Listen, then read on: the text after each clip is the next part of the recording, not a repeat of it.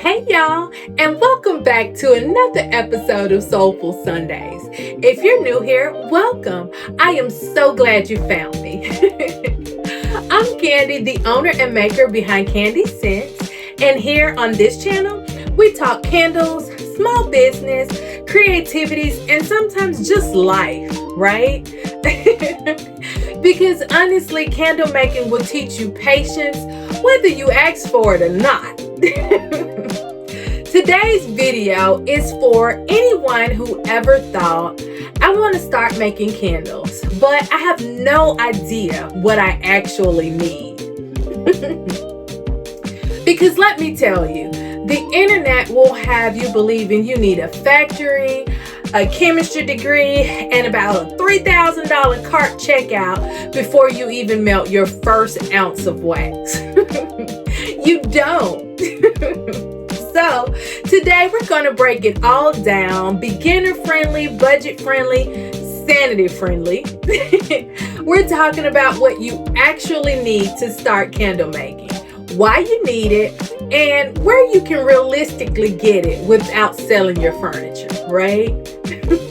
So grab a snack, grab a notebook, get you something to drink, because this is Candle Making 101.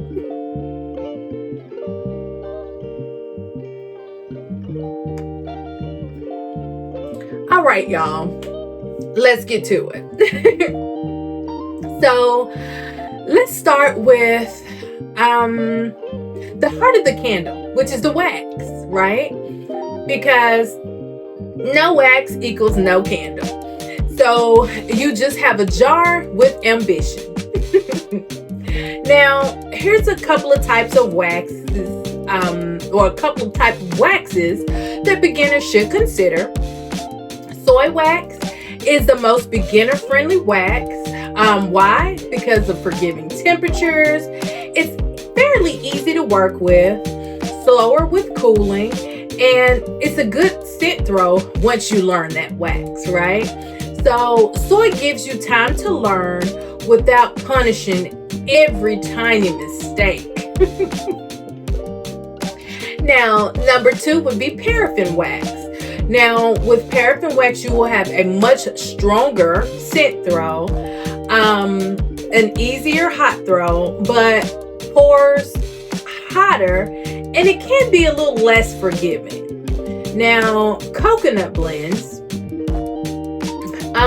Coconut blends are a softer wax.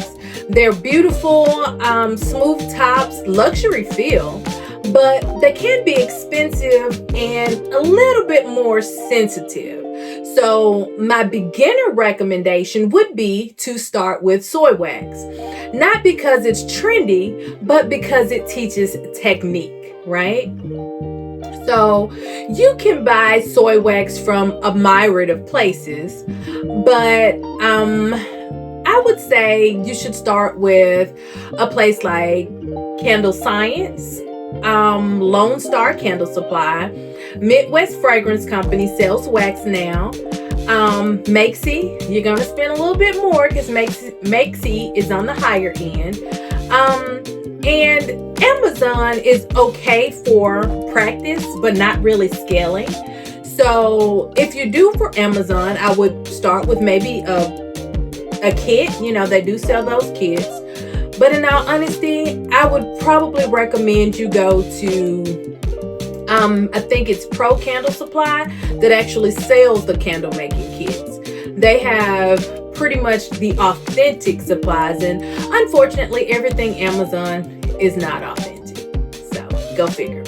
So my tip would be to buy a small bag first, maybe a 5-pound bag, just to get started, to test it, see if you like this wax, if this is going to be the one for you. I would not commit to buying a 40 or 45-pound box before your first test, right? Your storage closet will never forgive you. Number 2 is the fragrance oil. So now that we have our wax, but unscented candles are basically emotional support lighting, right? You need fragrance oil, and not just any fragrance oil. You need a candle safe fragrance oil. So why? Because soap oils, essential oils, and diffuser oils, they are not all designed to bind to hot wax properly. Some will burn off, some will smell like nothing, and some will smell like regret. And we don't want that. So what makes a good beginner fragrance oil? I would say high flash point, designed for candles. So you need a fragrance oil that's specifically designed for candles. Tested scent throw reviews. So check out the reviews and see what they say. I would start with a vanilla, a clean cotton, a lavender, or bakery scent. These are forgiving while still learning the temperatures and getting your techniques down pat. Now, where can you buy fragrance oils? So the best places for buying fragrance oils, I would say, would be Candle Science, Midwest, that's one of my favorites, Aztec, and Nature's Garden.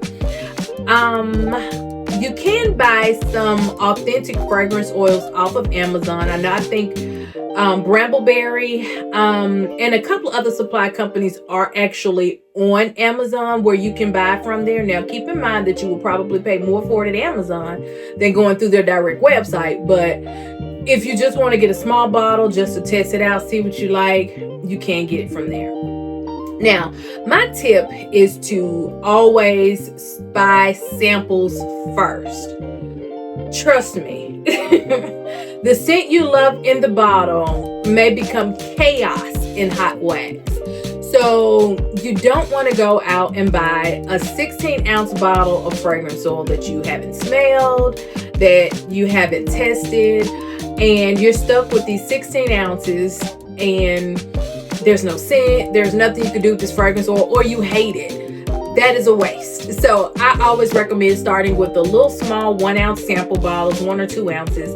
And typically you can do little tester candles. You can see if you even like the scent, and then you can test it out versus getting stuck with big, large batches,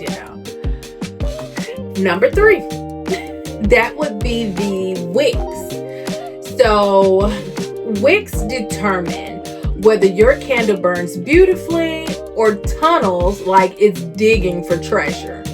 We don't want that. And I think wick testing is where most candle makers realize this is science. Your wick needs to be matched to your wax type, the jar diameter, and the fragrance load. So my recommendation is to start with cotton wicks. Get a small little variety pack. I know a few places that sell them. I know Lone Star does sell the sampler packs, but I would get that and I would test them out. And if you're at a supplier that you like, or you're getting the rest of your supplies from and they don't have a sampler pack, I would get the small, it's maybe 10 in a pack that you can get so you can test it out and try it out and just see. I would typically start with looking at a wick guide.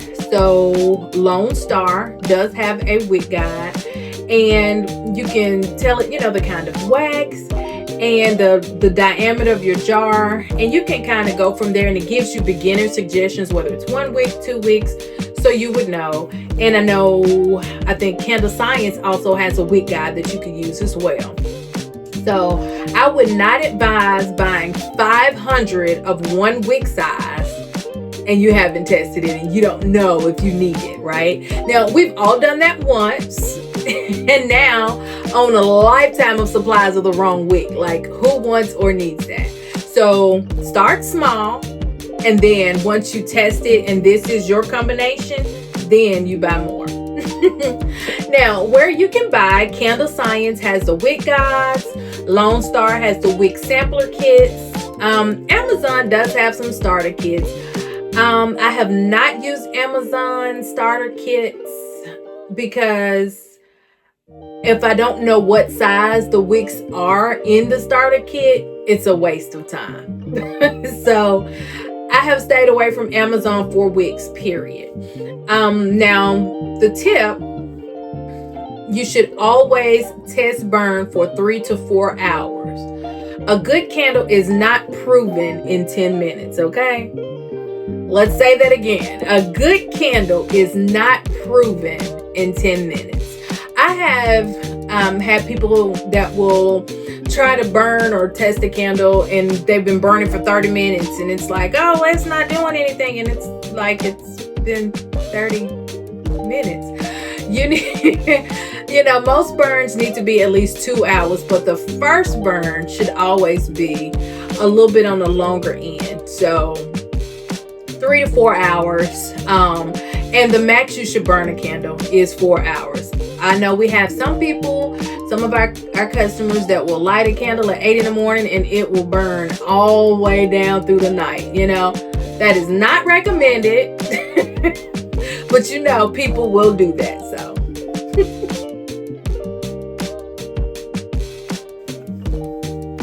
okay, y'all. If this has helped you even a little bit, hit that like button, subscribe, and drop me a comment. It really helps my channel grow. Number 4 is the jars. So now we need something beautiful to put this beautiful chaos into, right? You need heat-safe containers. Not decorative bowls, not custom glassware, not grandma's antique teacup, please. It must be rated for heat. I see a lot of products in different things that aren't tested for heat. I know that some candle suppliers are now selling different things like the glasses or the mugs that you can get, the custom things that have been tested for heat. So if you get something like that, get it from a reputable supplier and not from Dollar Tree or any other place that is not rated for heat. I'm just saying. I would suggest that any beginners start with maybe an 8-ounce straight-sided jar or a 9-ounce tumbler or even candle tins. Just know that candle tins burn hotter because it's a tin than the jars. And I suggest these because they're predictable in diameter, which means it's easier to wick. And when you get fancy shapes and all that extra stuff and you being all cute, it's a little bit more advanced and it increases your stress level, especially as a beginner. So I would slow it down, stick with basic, and then test and go from there. Once I get that down, then I can move to something else, right? You can buy jars from Uline if you're looking to buy in bulk. Candle Science, Flaming Candle, Makesy sells them. Makesy has some of the most prettiest and the most beautifulest jars, but please believe you will pay for them. Again, Makesy is on the higher end. And different wholesale suppliers, it's quite a few places that you can get jars from. Now, my tip for beginners is to pick one jar while learning. Changing jars equals restarting your wick testing. So every jar you every jar you pick, you have to test it. And it's easier if you learn this one jar and what works. And every fragrance oil is not going to work for this jar with the same wick. It's not. It may be a good starting point, but it's not. So start with one jar and go from there. Number 5 would be a pouring pitcher. You need a heat-safe pouring pitcher. Why not melt it in the pot? Because fragrance oil plus wax plus food cookware equals dinner tasting like vanilla cupcake for eternity. Like, that's nasty. Dedicated tools matter. So you can buy different little starter kits from Amazon. You can buy pouring pitchers pretty much from, honestly, any reputable candle supplier, just about. I know you can get them from Lone Star, Candle Science, Flaming Candle. Get your pouring pitcher. I have both pouring pitchers and a funnel pitcher. Funnel pitchers work best for me because it has the longer spout. So I had neck surgery in June of 2024, and my weight restriction was, I think, 5 pounds max at one point. And it was heavy. It was too heavy for me to lift. And I know that sounds really sad to say, but 5 pounds was really heavy for me to lift. So I could do them in smaller batches using my funnel pitcher. Plus, I can control the pour better because of the longer spout, less mess, less drips. Plus, my left side, because this was my injured side, was weaker than my right side. So, I had to work to rebuild the strength back on my left side, which that is something that I'm still working on, but hey, that's neither here nor there. So just get you a plain old pouring pitcher, whatever works best for you. You don't have to have a fancy one, you just need one. It has to be heat safe, okay?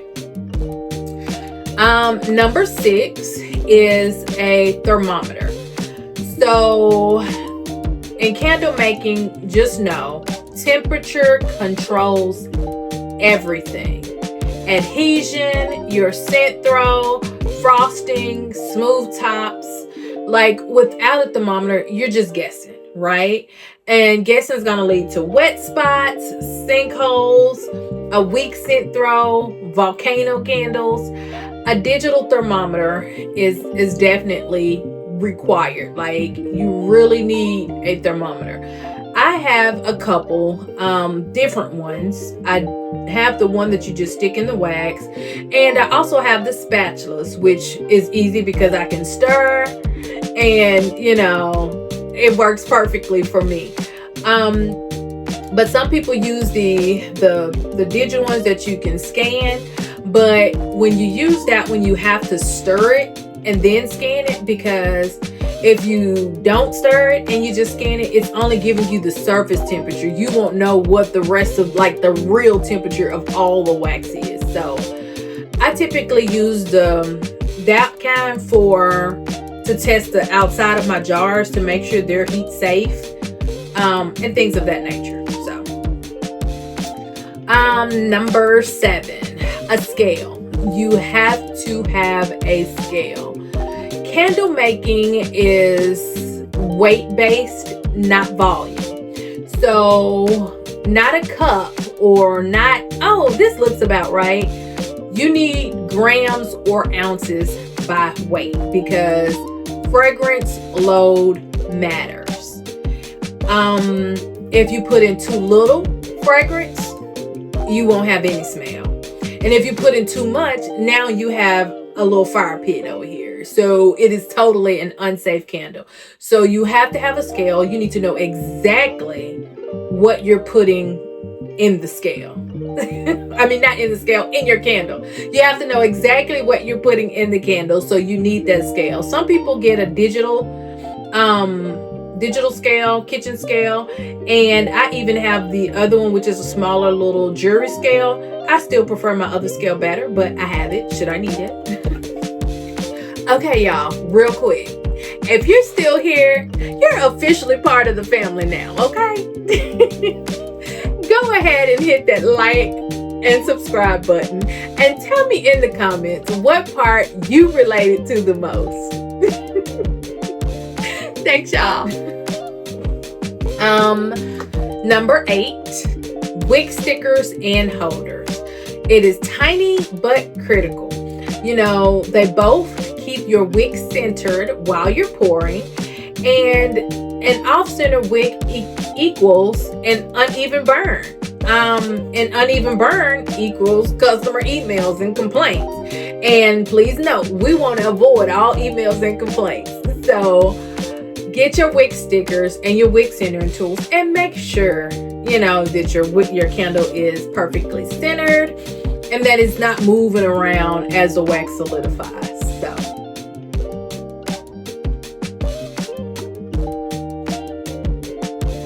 number 9 is either a double boiler or a wax melter. So when I first started, I did the double boiler method. I got a little small pot, got about a small amount of water in it, and I would put my pouring pitcher in that pot.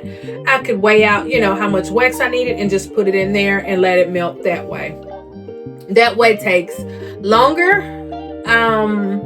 And if you're dealing with coconut wax, it may or may not work. Coconut wax, the typical temperature for that one is like 200 degrees. And on a double boiler method, I think when I tried to do that for my candles with coconut wax, it took so long. It could never get there. Never. And if it did, it just barely got there. So my recommendation or my preference is a wax melter.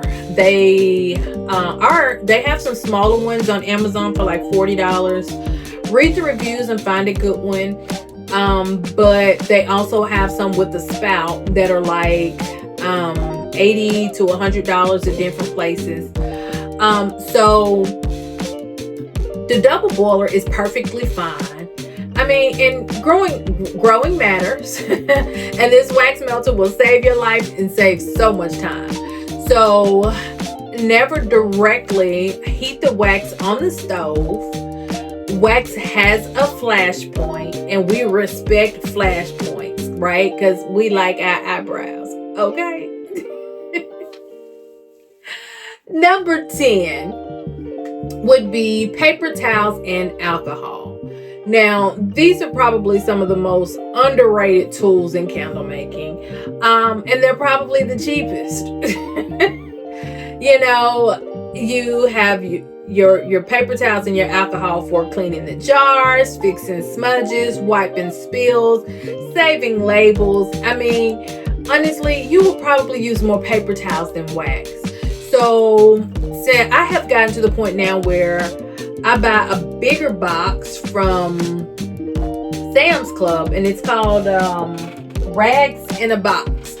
Those are a bit thicker than regular paper towels, and I can get way more uses out of them. So that's what I use. But hey, regular Bounty paper towels or whatever works just fine, because that's what I started with. Number 11 is labels. Eventually, like, it's not needed for our practice or test candles eventually, but you will need warning labels, product labels, batch identification or identity labels. Just start simple. Your first candle doesn't need luxury packaging. It just needs to burn well. However, you do need to, once you have like thoroughly tested your candle and you're ready to put your product on the market, you do need to do a test with your candle label on. One, because I know some people were using, I can't think of what the candles, the labels are called, but when the candle heats up, the label is black, and now people can no longer read the labels. So you need to make sure that your label can withstand your candle. So just purchasing a waterproof label. A lot of people get that from online labels, sheet labels, or even Avery, and they print them, put them on there, and they work just fine. But you always want to make sure that you test how your label is going to be on your final product. That'll be one of the worst things ever, to do that, and then somebody light their candle, the label is completely black, and they're like, I don't remember this, or I can't see the warnings. You know what I'm saying? So make sure that you look at that. Make sure that you test that. So, okay, let me pause here to say this. Your first candles will not be perfect. They will sink, they will tunnel, they will confuse you, and it's okay. That is normal, right? Candle making is not just crafting, it's testing. You are learning how heat, chemistry, airflow, and fragrance behave together. Like every candle maker you admired, they made some ugly candles at first, okay? We just don't post those, but we made them. So don't give up. Just take your time. They will not be perfect. Just learn what works best for you. Now, a simple starter checklist is wax, fragrance oil, wicks, jars, a scale, a thermometer, a pouring pitcher, wick stickers, something to melt the wax, whether it's a double boiler or a wax melter, and of course, patience. Everything else will come later, right? Now, let me save you some frustration with some common beginner mistakes. 1, changing too many variables at once. Always change one variable at a time. Number 2, not writing notes. So you make this perfect candle and you can't remember, did I do 8% fragrance oil? Did I do 10% fragrance oil? Was the temperature 160 or did I pour at 150? Like, write your notes and keep up with what you did so you can duplicate this over and over and over again. Number 3 is pouring too hot. Pouring too hot can cause all kinds of issues, and it affects the candle, whether it's a candle appearance as well as the scent throw. So you want to make sure that you do not pour too hot. Number 4, not curing long enough. So each wax has a recommended curing time. So for soy, it is typically 14 days. For coconut, it's typically 10 to 14 days. And for paraffin, it can be like 3 to 5 days up to a week. It all depends on which wax you choose. There are so many different waxes that you can choose from. So make sure that whatever the recommended cure time is, you do that. Number 5, the last common beginner mistake is buying in bulk too soon. You need to test small, learn fast, buy in bulk later. So there's no point in buying 500 wigs right out the gate. And you don't even like these wigs. Now you stuck with 500 wigs, right? So take your time, test small, and learn. Once you're there, you're there. You'll know it. And that is Candle Making 101. You don't need a warehouse. You don't need hundreds of dollars. You just need the right basics and a willingness to learn. Candle making rewards patience more than perfection. So if you've been wanting to start, this is your sign. Make that first candle, let it be imperfect, and then make the next one better. Thank you so much for spending this Soulful Sunday with me. And if this helped you grow, go ahead, like that video, subscribe, and tell me in the comments, what's the first scent you want to make? I absolutely love hearing your ideas. And until next Sunday, stay creative, stay patient, and keep pouring with purpose. Bye, y'all.